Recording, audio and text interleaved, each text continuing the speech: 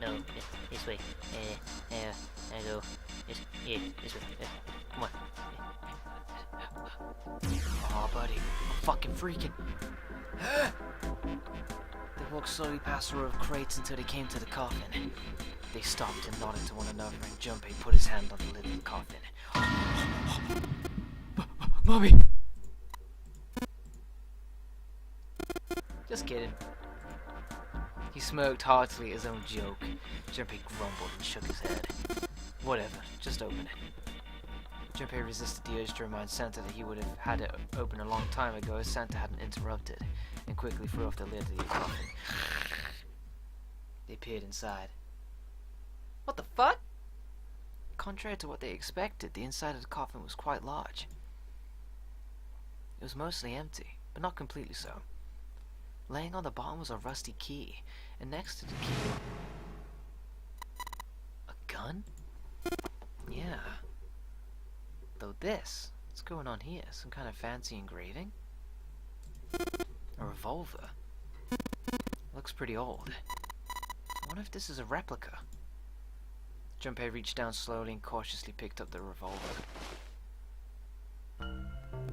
In his hand, it felt heavy. He checked the cylinder.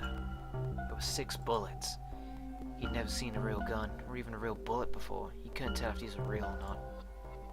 The barrel was rifled, and nothing seemed to be blocking it. As Ace had said, the gun was a very old one. However, it appeared to have been well maintained. If it was a real gun, Junpei thought it would most likely function perfectly. If it was real. Holding the gun made Junpei feel unpleasant. He carefully placed it back in the coffin. You're not gonna take it? Of course not. All something like this is gonna do is cause more trouble. It's a powerful weapon that gives one person a huge advantage. Something like that would be way too dangerous to have around. We're in enough danger already.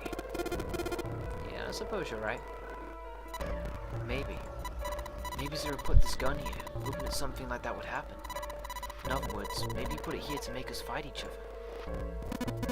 In that case, we should most certainly leave it here. I, for one, have no desire to let Zero control me. The others nodded. They had no desire to be under Zero's control either. Okay, we've got that figured out, but you aren't going to leave that key in there, are you? Yeah, of course I'm not. Junpei picked up the rusty key and slid the top of the coffin back into place. The gun, where they had found it. Weird. Looks like a coffin key. Maybe I can use this. Maybe I can.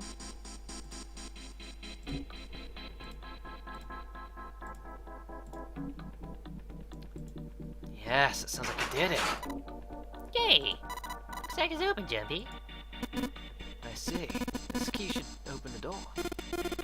Hey, what are you waiting for? Let's go. Yes, it's opening. That was like some DJ adored end. You hear that? Yeah, waka waka. I found it, son. Sweet. Fucking. I was pretty impressed with how he handled that puzzle. The hallway that left the cargo room headed straight toward the stern. Junpei and the other 3 proceeded down it silently. Some distance along it, a large room opened up on the left-hand side. It looked familiar. An iron grate covered each of the elevators. Junpei and his companions drew to a stop and began to discuss what their next move should be. We've seen this elevator before. We got off one wait, my brain, it's tired, it's late, hold up. We got off the one on the left just a little while ago. And then we went through the number 6 door, and that took us to the engine room. Yeah, and after that, we passed through the cargo room. And now we're back here. In other words, we made a loop. We're back where we started. Junpei approached the elevator. Gently, he pushed a triangular button on the wall next to it. A moment passed.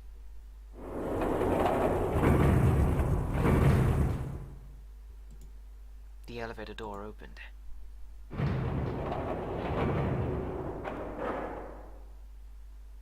shut. Pushing the button had apparently restored power to the elevator. The elevator was now functional. What do we do? Should we return to C deck? Nah, this hallway keeps going. If we do end up back there, I think we should see what's down there first. I agree. Let's go. Their decision made, Junpei and his companions left the elevator behind and continued down the hallway. Well, shit. Sometime later, Santa, who had been walking several paces in front of the rest, suddenly stopped. Set in the one in front of him was a door. So far as Junpei could see, there was no other way to proceed. It was the door or nothing. Alright, let's open it. Junpei took a deep breath, readied himself, then grabbed the doorknob and pulled the door open.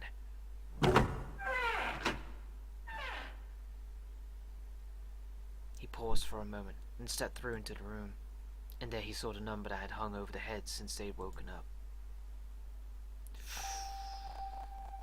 9. Like the numbers on every door. This one too was a rough shape made of red paint. Its door was set into the back wall of the room. Junpei leapt forward toward it with a sudden burst of hopeful energy. It was a large double door, heavy and full of solemn importance. He grabbed hold of the door handle and shook. Nothing, but he hadn't expected it to open. The red sat on the wall next to the door. It screamed vacant. Finally, they found it. Junpei felt himself overwhelmed by a torrent of emotion. At least, they found the exit, but cold gripped his heart, and he knew all too well why. As he stood frozen, unsure of what to think or feel, Junpei, look! Behind you! He spun around and couldn't believe what he saw. It was a door with the number 9 written across it. What the fuck?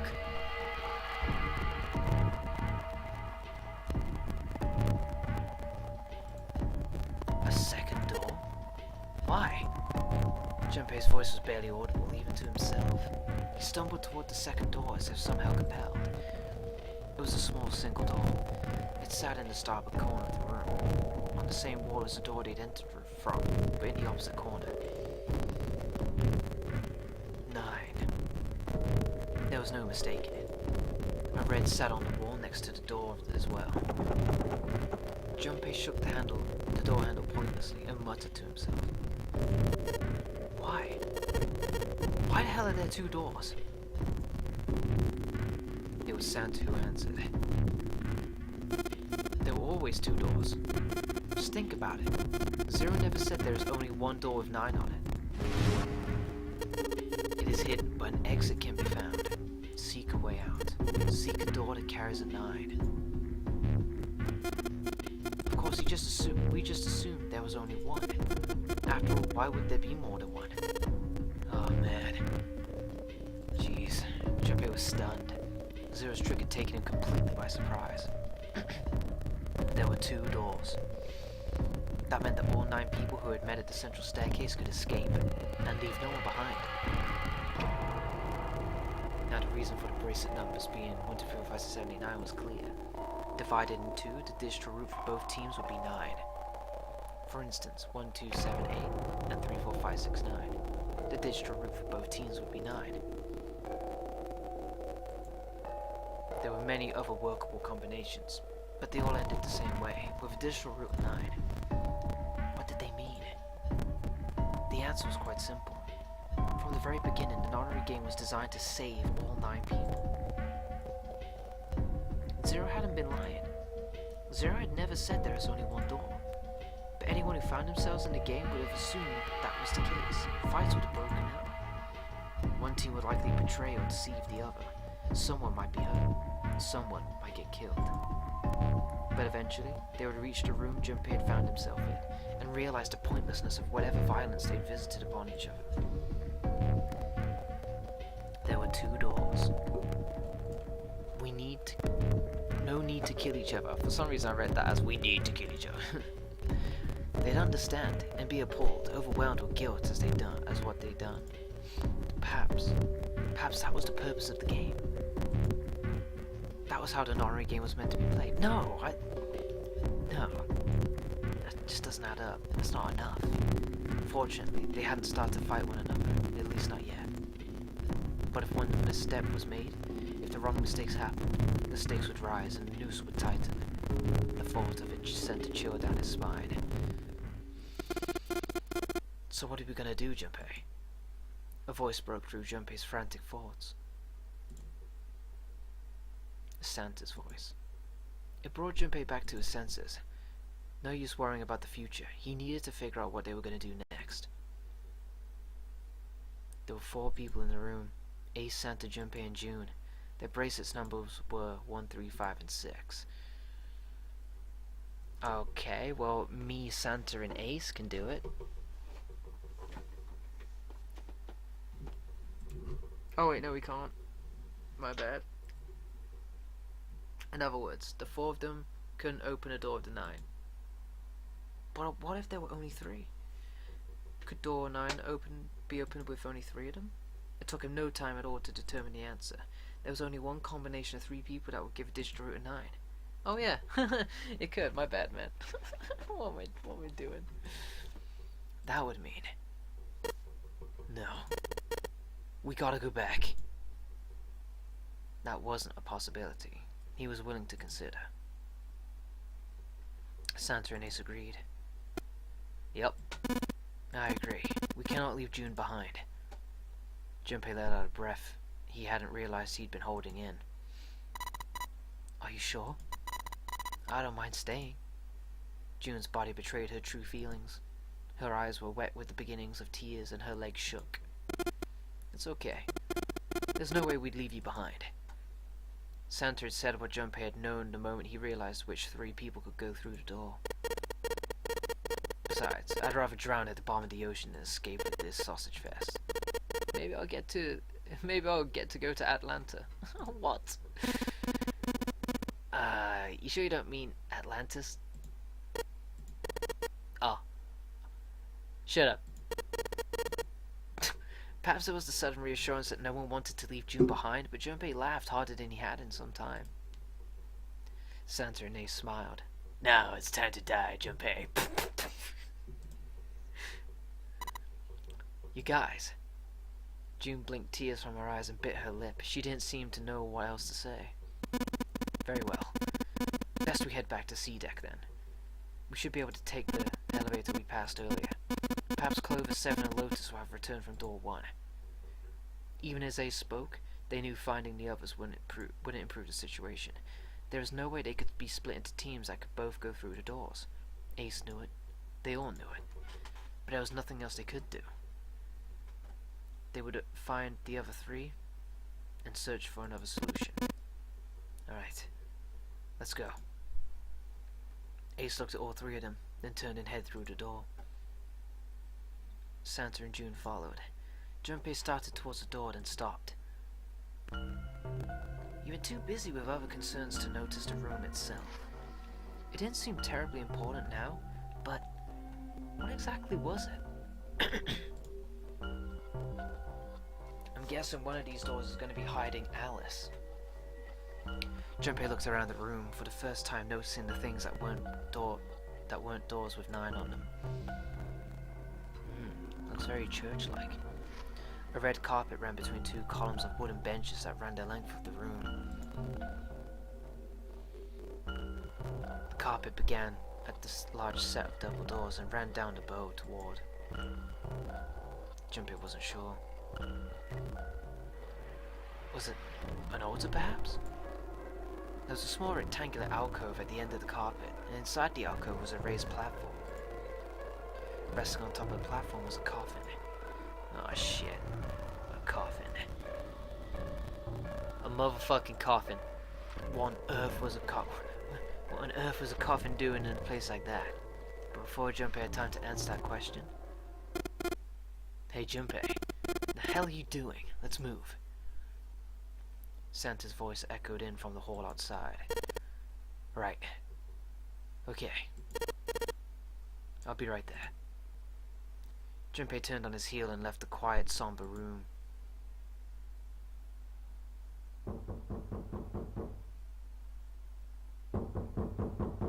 What? No. Oh my god. That scared the shit out of me. Oh my god, what the fuck? What the fuck? I didn't perceive this.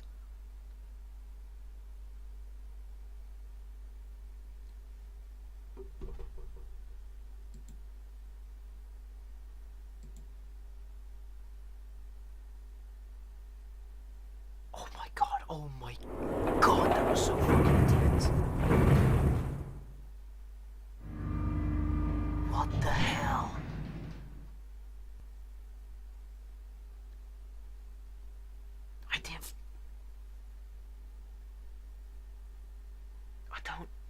They took the elevator up to C deck. Once there, they headed back toward the main hall in the central staircase. It didn't take them long. Oh man, that sent fucking shivers up my spine, son. Junpei found Seven and Lotus waiting for them. They didn't look happy. We've got a problem. Clover's gone. Oh shit. Junpei and his three companions looked at one another. He turned back to Seven and Lotus. What do you mean, gone? Santa, Ace, and June had their own questions to ask. When? Why? You two went into door one with Clover, didn't you? Seven and Lotus responded as best as they could. Yeah, we went through the door together. Clover barely spoke to us. She just did her own thing the whole time. There were 4 rooms on the other side of door one. She wouldn't let us into the 4th room. She just said, I'll take care of this one, and shut the door. She must have blocked it with something on the other side. We waited for a while, but Clover didn't come out. We called for her, but she didn't answer. So I kicked down the door, and we went into the room. But it was empty. Clover wasn't there. There's a door on the other wall, and it was open. We figured she opened the door and left by herself. We ran after her, of course, but, well, obviously we didn't find her.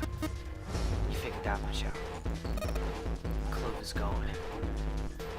Junpei thought for a moment. When did this happen? We got here just before you. You certainly have excellent timing. So, you haven't searched anywhere other than the near staircase? No, we haven't. Finally, Ace spoke. His voice had an edge of resolve and concern. Very well then. We best separate and look for Clover. We haven't much time left. Let's begin. There were quick nods all around and the 6 remaining players spread out. What the fuck? Junpei and June ran into the central hospital room and looked around. She's not here. No, she isn't. They searched a little longer, but with no luck. They couldn't find Clover. Finally, they gave up and left the central hospital. What the fuck? Do you think she's up to her same tricks? Slowly, they made their way back to the hallway. At last, they reached the stairs and Junpei spoke. Alright, I'm thinking we should probably split up. I'll head back to the stairs and take the elevator down to E deck. June, you can take the stairs up to B deck. Alright? That sounds good. But, what? Could you stop calling me by that code name when we're alone? Huh? Oh, sure, right. I'll do that. There was a reason Junpei persisted in calling her June, even when they were alone. Although perhaps not the best reason. He was embarrassed to call her by the nickname he'd used when they were children. Canny. What the fuck? Where's all this coming from? 9 years ago, it came naturally. 9 years ago, that's when the experiments took place on this ship. When it came to testing out them psychic connections between people. 9 years. 9. Perhaps that's our connection with everyone in this fucking game. The number 9. But now that they were adults, it felt strange. Regardless of what you might hope for, to call call a woman he wasn't dating by such a childish nickname felt odd to him. Of course, to call her Miss Kurashiki would be more awkward, and simply Kurashiki would seem a little brusque. Although he couldn't put his finger on why, it felt somewhat forward to call her Akane when they hadn't seen one another for so long.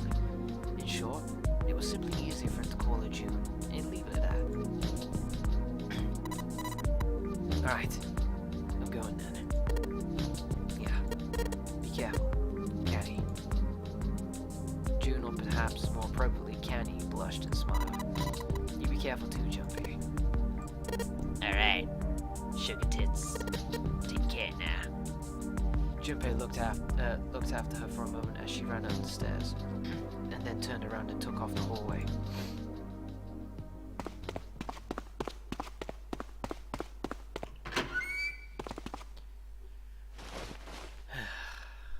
What the hell is this girl?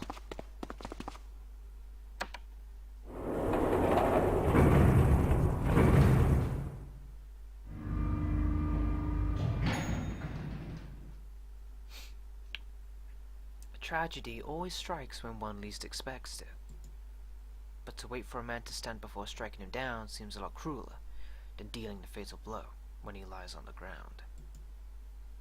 A light in a dark place, June's smile had given him hope, both for escape and possibly for something else. It was that hope that raised his spirits just enough that they might soon be fully dashed. He opened the elevator, and there she was. A woman sat slouched against a wall. Lotus. Junpei felt his blood turn to ice. Her body was limp and her skin smooth and pale as always. It was covered in bright red blood. Junpei felt his chest constrict. He couldn't breathe and his legs began to shake. A slow cold drop of sweat trickled down his back. He felt his stomach somersault. Junpei's mind went blank, all his thoughts replaced with endless hissing white. Driven by little more than instinct, he began to walk toward Lotus slowly. Each slow movement of his stiff limbs brought him closer to her corpse. Finally, he stood next to her. Robotically, he bent down and put his hand against her neck. There was no pulse, no rise and fall of breathing. She was slightly warm. Something, somewhere, in Junpei's shaken mind told him that meant she had been killed recently. Yes, Junpei thought, his mind slowly returning. She had been killed. Someone had killed her. There was a deep cut on the left side of her chest. Blood still oozed from it, although clearly her heart had stopped beating some time ago. The weapon had been a knife then? Perhaps she'd been stabbed in the heart once. She would have died immediately. He took little comfort from knowing she must have suffered very little. Only then did Junpei notice Lotus's bracelet was gone. Lastly, let us discuss how to remove the bracelets. There are only two ways to do so. 1. You escape from the ship. 2. Your heart rate reaches 0. In other words, once the bracelet is taken outside the confines of the ship or detects that whereas bracelet heartbeat has fallen to 0, it will shut down automatically. Was that why the killer had ended Lotus's life? So that they might have the number 8 bracelet? If that was true, then the killer was whoever wanted the number 8 bracelet. Or perhaps more accurately, the person who would gain the most by obtaining bracelet number 8. Who is that? Who would benefit the most from the number 8 bracelet? The thought had only just entered Junpei's mind when... Ooh! He heard a noise. A sound like a sharp knife cutting through wet meat. It struck him as strange that the noise came from inside his own body. A moment later, the pain hit him. It wasn't merely pain. There was heat, extreme heat as well. He felt as though molten iron had been splashed against the side of his body. Finally, his brain made a connection. He had been stabbed. But where? His body was quickly going numb. He couldn't tell where the knife had met his flesh. Given the circumstances, however, he had most likely been stabbed in the back. Whoever killed Lotus had now done the same to Junpei as well. His voice was little more than a weak groan. With what little strength he had left, Junpei turned his body, trying to catch a glimpse of his attacker. But as he did, the knife dug itself in deeper, twisting viciously.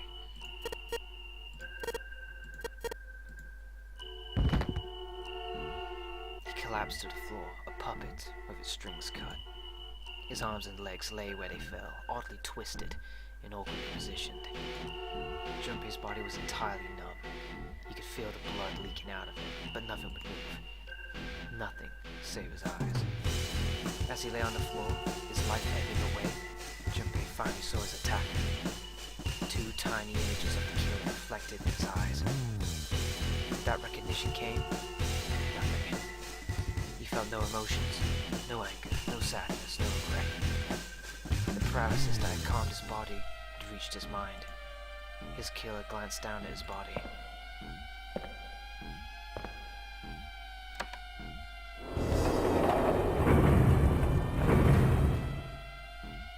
Then without a word, climbed into the elevator and was gone. His eyesight began to fade, the world grew blurry, began to dissolve into an empty white fog. The fog crept into the edges of his mind and words inexorably inward. Soon, it swallowed up the last that remained of Junpei's mind, and his consciousness left him. There was nothing more. Into utter emptiness he fell. Into zero. Whatever Junpei had been was gone.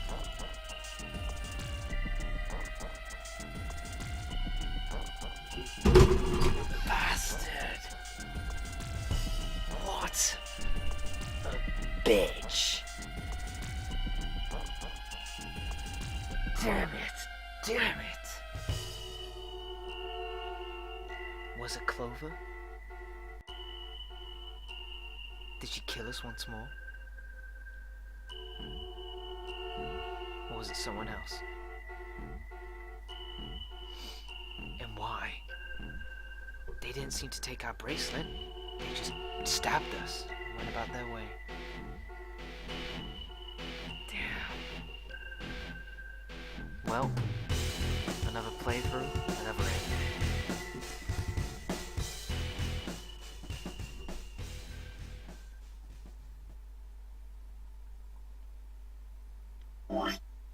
Well, we certainly got a hell of a lot more information, didn't we, this run? Couple that together with the information we got from the first run, we are starting to get some really solid theories going, you know? A lot of information, a lot of dots that are starting to not be so randomly scattered, but, you know, there are connections now, there are lines joining some of these dots together, and it's starting to form a bit of a picture. So we learned a lot more this run.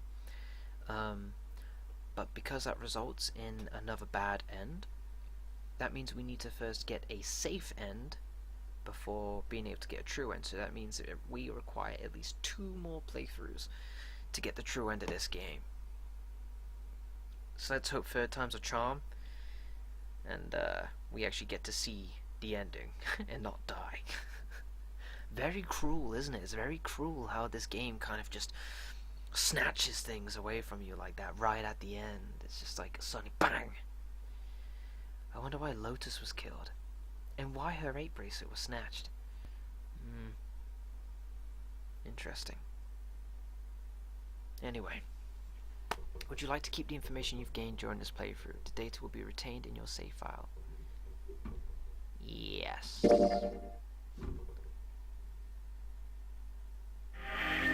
Ho. So, we've got our axe ending and a knife ending. Great. Begin with memories. You will start the beginning of the game with information from previous playthroughs. Would you like to overwrite the save data? Yes, we would. So, next time we play this, guys, we're going to be starting yet another run of 999. The thirst for knowledge. It only gets greater and greater and is never quenched. which I like actually. I like how I'm effortlessly going through this game multiple times, and I just feel like there's so much more. You know, there's still so much, and I'm still so eager to find out what is behind that door 9 and that banging on that coffin. Let's just say that opened up another theory in my mind. But I'll go more into that as soon as there's information that either confirms or just smashes it into oblivion. But yeah, thank you so much for watching, guys. It was emotional. It was a lot of fun. I enjoyed it, but sadly it ended on another bad end, another game over, another what could have been. So next time we're going to start another playthrough, and this time we're going to have the memories of the axe and the knife run. So a lot of the situations that we picked in this run only had 2 choices. Now we would have already picked those 2, so we're going to have to go through some of the same choices we've already done. So that's going to be interesting to see how we can get a different ending by just choosing things that we've already gone through. But yeah, I hope you guys enjoyed this and looking forward to more. But until later, that is 999, son.